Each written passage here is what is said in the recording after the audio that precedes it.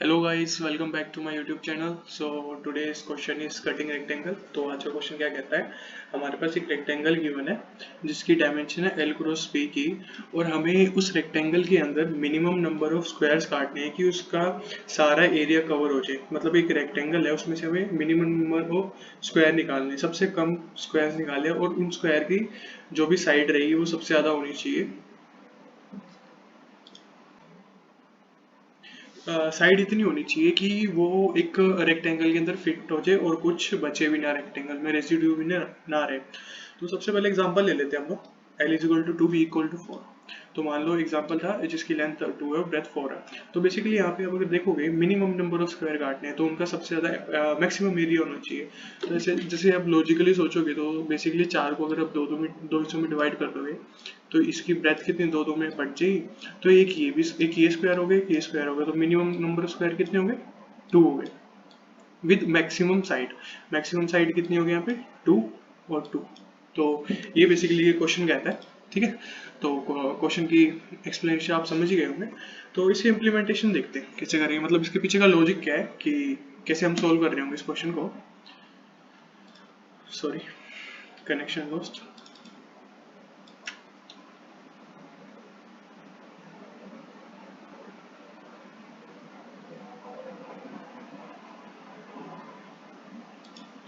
तो इस क्वेश्चन की हम इम्प्लीमेंटेशन देख रहे होंगे, तो हम कैसे कर रहे होंगे। तो मान लीजिए हमारे पास एक रेक्टेंगल है, ठीक है, और रेक्टेंगल है हमारा लेंथ इंटू ब्रेथ का, लेंथ और ब्रेथ उसकी गिवन है हमें।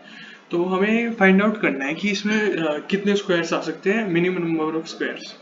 तो कंसीडर कर लो कि हमारे जो इसके अंदर स्क्वायर्स आते हैं वो हमें पता नहीं है, बट जो उसकी स्क्वायर की जो उसकी एरिया साइड होगी, मान लो स्क्वायर का नाम ले लो एक्स।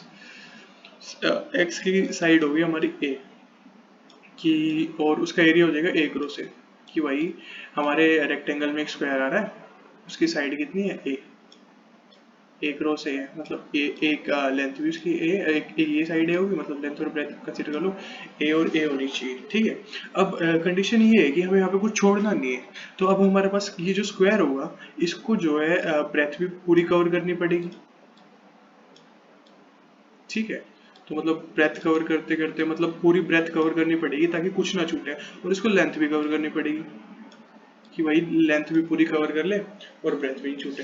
तो ऐसे इसका मतलब ये बनता है कि x जो है हमारा, जो हमारी जो x स्क्वायर है, उसकी जो साइड रहेगी a, वो हमारी फैक्टर होनी चाहिए लेंथ की भी और ब्रेथ की भी, ताकि जब मीन्स हम a करें तो किसके बराबर आना चाहिए, ब्रेथ के आना चाहिए। और ऐसे ही जब हम a+a करें तो वो एक्स के लेंथ के बराबर भी आना चाहिए। ठीक है, जिसकी जिसकी वजह से हमारा कुछ मीन्स रेसिड्यू नहीं छूटेगा। तो इसको थोड़ा एग्जांपल के साथ समझते हैं। मान लो अगर हमारे पास लेंथ गिवन है हमारे पास 6, और ब्रेथ गिवन है हमारे पास 8।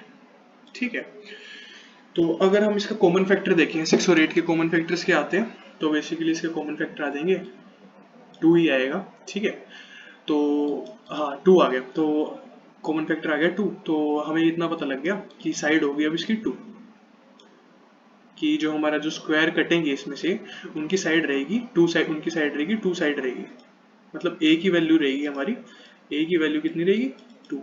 कि भाई एक स्क्वायर कट गया और उसकी साइड यहाँ पे भी 2 है और यहाँ पे भी 2 है। अगर देखो अगर इस साइड को 2+2+2 करोगे तो कितनी हो जाएगी, 2 को 3 बार प्लस करोगे तो मतलब 6 के बराबर आ गई, मतलब लेंथ के बराबर आ गई कि हमारी लेंथ में तो कुछ भी वेस्ट नहीं हो। और ऐसे अगर हम ब्रेथ में प्लस करेंगे इसको 4 बार, तो ये कितनी हो जाएगी, मीन्स 8 हो जाएगी, मतलब ब्रेथ में भी कुछ वेस्ट नहीं कर रहे। तो ऐसे ऐसे हम स्क्वायर बनाएंगे तो ऐसे, और हमारा लेंथ भी नहीं वेस्ट होने वाला और ब्रेथ भी नहीं वेस्ट होने वाला। तो बेसिकली हम यहाँ पे जो है common greatest common divisor use कर रहे होंगे। ग्रेटेस्ट क्यों कर रहे होंगे, क्योंकि हमें जो है मिनिमम नंबर ऑफ स्क्वायर्स चाहिए इसके अंदर। अगर तो कॉमन डिवीजर मान लो हमारे पास होता है यहाँ पे 4 होता, या 2 होता। अगर देखो हम 4 को कंसीडर करेंगे तो हमारे पास मिनिमम नंबर ऑफ स्क्वायर्स आएंगे जो एक रेक्टेंगल के अंदर होते हैं। अगर हम 2 को कंसीडर करेंगे तो वो मिनिमम नहीं रहेगा, वो मैक्सिमम भी जा सकता है।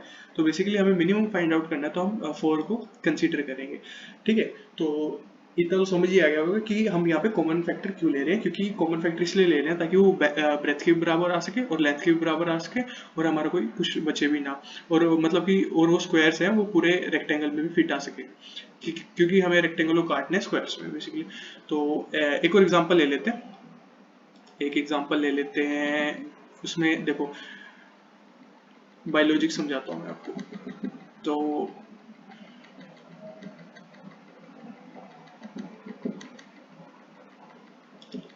तो एक एग्जांपल और ले लेते हैं। तो मान लो ये हमारे पास एक रेक्टेंगल है, ठीक है भाई, और इसकी जो है लेंथ है वो 5 है और ब्रेथ के 7, ठीक है। तो हमें सबसे पहले फाइंड आउट करनी पड़ेगी कि भाई जो हमारा स्क्वायर आएगा इसके अंदर, जो हमारा स्क्वायर आएगा तो उसकी साइड क्या रहेगी, साइड कैसे निकलेगी हमारी, ग्रेटेस्ट कॉमन डिवीजर। तो 5 और 7 का अगर आप चेक करोगे तो ग्रेटेस्ट कॉमन डिवीजर आता है 1, क्योंकि दोनों एक दूसरे से डिवाइड नहीं होते, तो आता है 1, ठीक है भाई।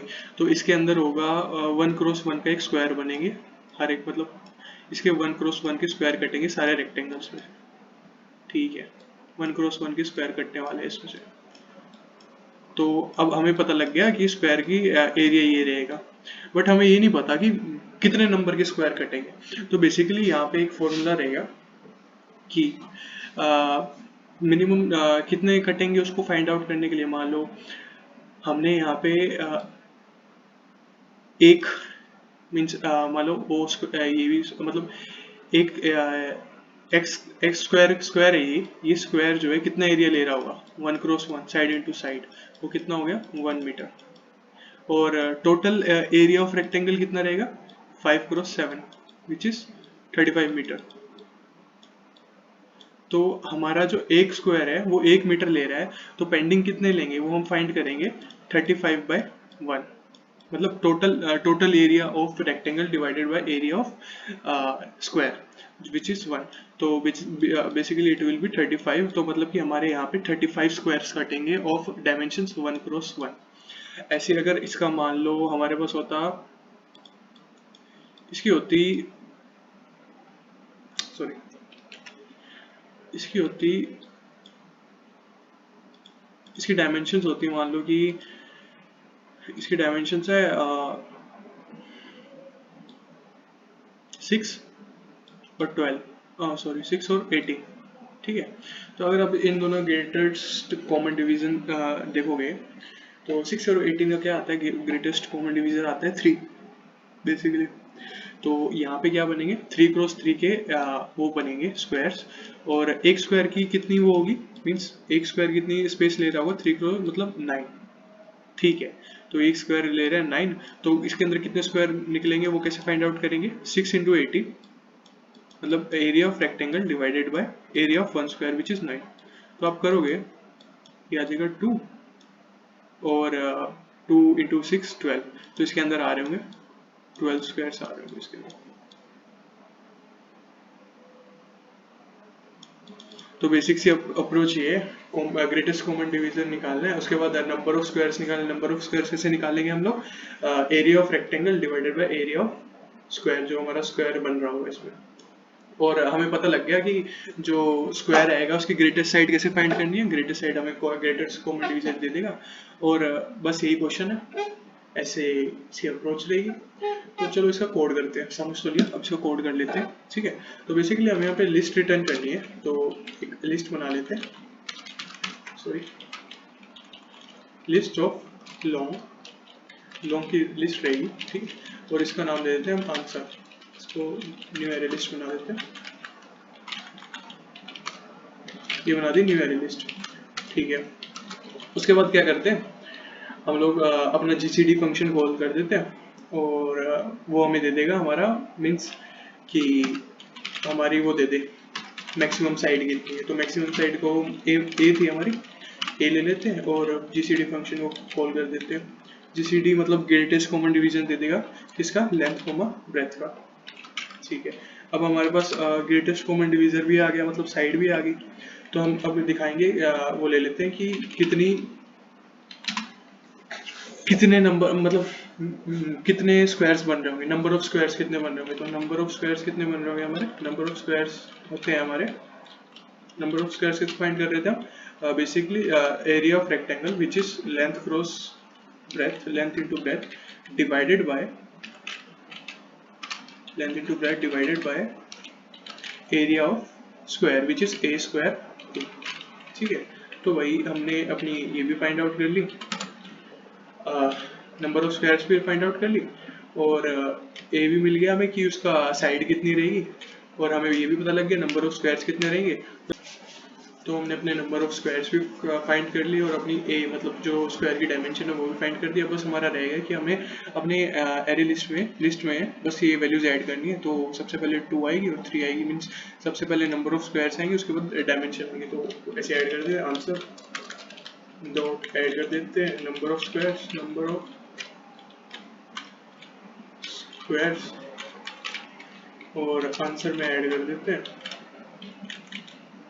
ए, आंसर डॉट ऐड ए और रिटर्न कर देते हैं आंसर। और यहाँ पे अपना वो फंक्शन लिख लेते हैं उसका जीसीडी का, जिसमें हम greatest common division find out कर रहे होंगे। Public static long greatest common division, इसमें वैल्यू ले रहे होंगे लॉन्ग ए कोमा लॉन्ग बी, मीन्स ए को छोड़ के एल ले लो, मतलब एक लेंथ है एक ब्रेथ है, तो वही एल और बी आ गए। इन दोनों के बीच में हमने ग्रेटेस्ट कॉमन डिवीजर फाइंड करना है। तो एक कंडीशन रहती है while B is equal to 0, तो एक temporary variable long temp is equal to B, और बी में डाल दो A remainder B and A की वैल्यू चेंज करके टेम्प कर दो और रिटर्न कर दो ए। तो बेसिकली ये जो हमारा कॉमन ग्रेटेस्ट कॉमन डिवाइजर का कोड रहेगा, ये कैसे वर्क कर रहा होगा। मान लीजिए कि सॉरी 2 मिनट, तो कोड कैसे वर्क कर रहा होगा। मान लीजिए हमारे पास गिवन है 2,6, तो इन दोनों में सबसे पहले ए की वैल्यू रहेगी 2, बी की वैल्यू कितनी है 6 है। तो सबसे पहले हमारे पास आया ए और बी आया, हमने टेम्परेरी में स्टोर कर लिया अपना बी, और बी स्टोर कर लिया, और अब बी में वैल्यू हम चेंज कर देंगे ए रिमाइंडर बी। तो ए रिमाइंडर जब आप बी करोगे तो वैल्यू आ जाएगी 2 आ जाएगी, और ए की वैल्यू चेंज कर देंगे हम 6। तो दोबारा चेक करेंगे कि तो अब हमारी बी की वैल्यू होगी 2 और ए की वैल्यू होगी 6। अब चेक करते हैं कि हमारा बी है जो 0 के बराबर नहीं है, तो दोबारा हमारा एक कोड रन होगा, व्हाइल लूप रन होगी, और हम चेक करेंगे। फिर दोबारा हम अपने टेम्प में जो है b की वैल्यू डाल देंगे, b की वैल्यू 2 है, और b की वैल्यू अपडेट कर देंगे हम कैसे, a रिमाइंडर b, तो a की वैल्यू कितनी है 6 रिमाइंडर 2 कितना आता है। अगर आप 2 को 6 को 2 से डिवाइड करोगे तो रिमाइंडर आता है हमारा 0। तो हमारी a की वैल्यू फिर यहाँ पे हम चेंज कर देते हैं, b की वैल्यू डाल देते हैं 2, तो फिर दोबारा वाइल लूप चलती है, बट अब जो है b जो है 0 के बराबर हो जाता है। तो अब हम कंडीशन के अंदर नहीं जाएंगे और हम यहाँ से रिटर्न कर देंगे a, कि हमारा ग्रेटर कॉमन डिवीजन मिल गया जो कि है a। तो ऐसे ग्रेटर कॉमन डिवीजन वर्क कर रहा होगा हमारा, बेसिकली ये लॉजिक है ग्रेटेस्ट कॉमन डिवीजन के पीछे। तो अपना कोड रन कर लेते हैं, कंपाइल एंड रन कर लेते हैं।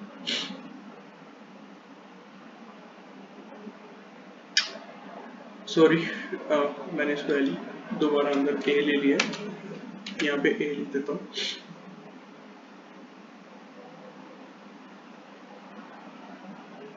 तो कोड परफेक्टली फाइन है और रन कर रहा है बढ़िया तरीके से। अब मैं इसको सबमिट कर देता हूँ।